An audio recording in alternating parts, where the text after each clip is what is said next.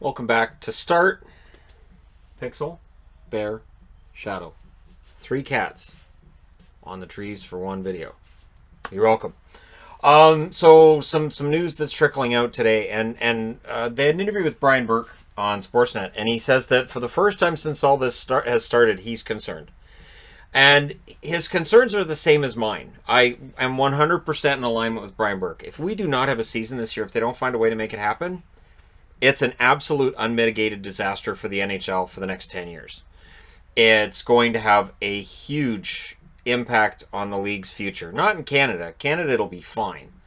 But on the American side of the border, it will be an absolute unmitigated disaster. And they may never make that money up. They may never get that market share back in certain markets. Now, the NHLPA starting to say, hey, these guys have been talking openly about, well, we might have to cancel it. They're looking at their legal options.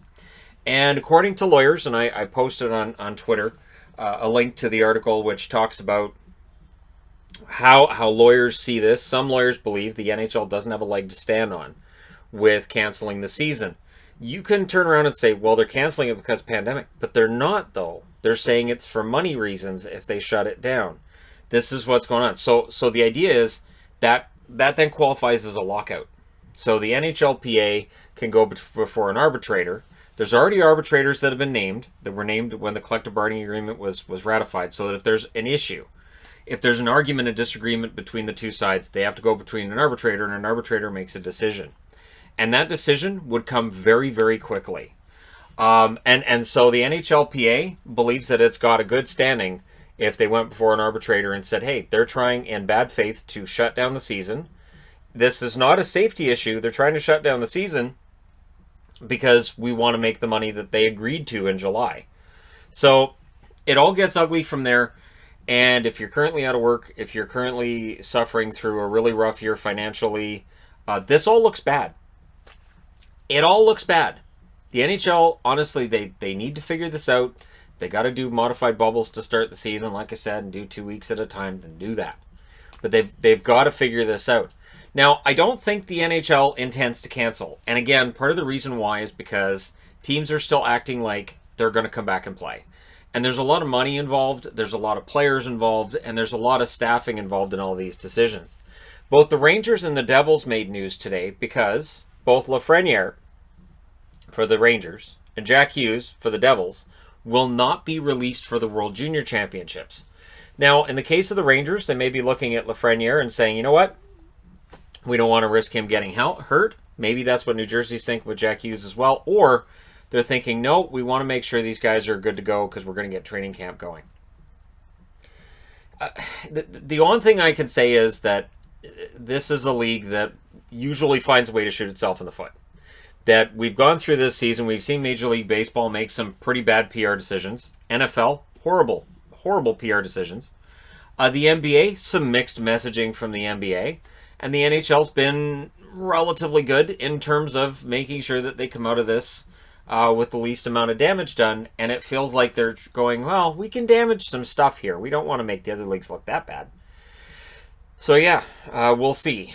We'll see what happens. But again, I'm not in the panicked region. But the fact that Burke is saying he's getting concerned, Burke has contacts in the National Hockey League. So when you hear from Nick Kypreos, he's hearing from players.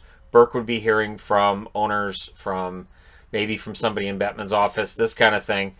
And so, yeah, we'll see how all this comes out.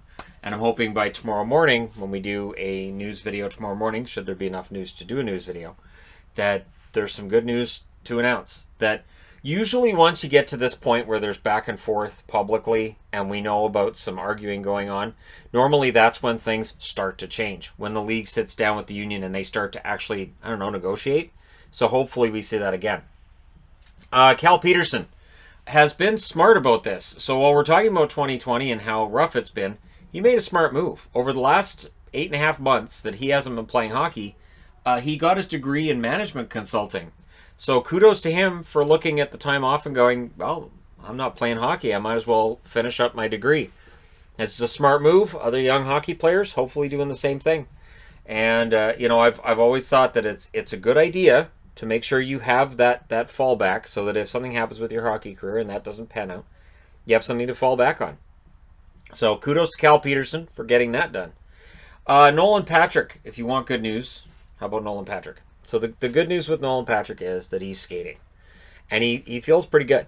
He's saying that he's basically symptom-free and he feels good. Now, he's obviously not taking body contact, and we're not looking at a situation where he's really in playing situations, right? So that's something completely different. But he feels good. And when you compare his situation to, for instance, Michael Ferland would not be good to go right now. He is still not feeling 100%. At least with Nolan Patrick, there's a reason for optimism. So, yeah. Hopefully he comes back and plays for Philadelphia and gives them some kind of a wrinkle for their expansion draft when Seattle comes in next year. In an interview, Jim Benning has said he did try to move Louis Eriksson this offseason. You know, bless him. He tries. He does. He tries to move Louis Eriksson. Now, the rumor was that he wanted to move Eriksson, but he didn't want to retain any salary. Which, of course, in a flat cap in the current environment, just doesn't work. Nobody's taking Louis Eriksson's full cap hit for the next few years. So, again, I would look for Eriksson to, this season, be healthy scratch for the Canucks, play here and there, and maybe get waived and sent down to the AHL to save them some cap space. It doesn't save you the entire amount of his contract, but it would save you some cap space, and clearly he'd pass through waivers. It wouldn't be a concern. So, for Louis Eriksson, I do hope that when this season, upcoming season's done, and then the Canucks will be in a much better position to buy out his contract, that he still manages to find a job in the National Hockey League. I think he can still be useful as a bottom six player. It's his contract. His contract is the problem. And also, Jim Benning said in that same interview, they intend to sign Vasily Podkolzin after this season. And there's been reports about whether or not the Canucks are happy with his being demoted from the KHL after he wasn't getting the ice time in the KHL, and he's MHL and VHL and VHS and Beta and you name it. Podkolzin's played it this year. So for Vasily, I do think he wants to sign in Vancouver. I do think Vancouver wants to have him here. Vasily Podkolzin, from what we've seen of his development so far this year, it looks like he'll need some time in the minors. He may not be a guy who jumps straight into the National Hockey League, which is fine too. Not every player comes up and right away is a National Hockey League player. And this is why declaring winners and losers on draft day can end up making you look kind of silly. There were plenty that saw this as a home run. There were some that thought he wasn't necessarily a great pick. Most said home run, and right now the jury's still out on that. But I do still have hope that he's going to come over to North America. The Canucks will work some magic and put Colson's a top six forward. He also expects Höglander to push for a roster spot this year. So we'll see.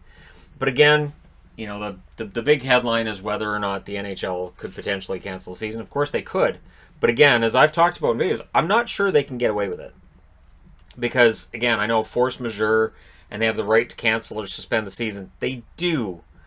But if it looks like a lockout and it quacks like a lockout and it walks, you know what I mean, right? If it feels like a lockout, which is what this feels like, somebody somewhere is probably going to see it as a lockout, and it might be an arbitrator. So we'll see what happens. Let me know your thoughts in the comment section below, as always.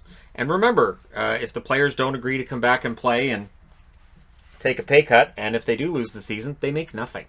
So this is one of those things. And again, the optics during this year with everything that's going on globally, it's going to look horrible. It looked bad when baseball went through it, and it's going to look awful if the NHL goes through it. The way the NBA did it seemed to be really well thought out. That pay decrease across the board. And when I talked about dropping the salary cap today, that's what I was talking about, was the idea of rolling back salaries. So not just saying, okay, so we're going to drop the cap. I mean, rolling back salaries, obviously, and having the salaries match. One thing Brian Burke said today was that he had seen the numbers in July, so when they signed this agreement, and he didn't think they matched then. He felt that the league was going to lose about 55% of its income, and that the players should be taking a much larger pay cut, or there was going to be problems like what we're going through right now.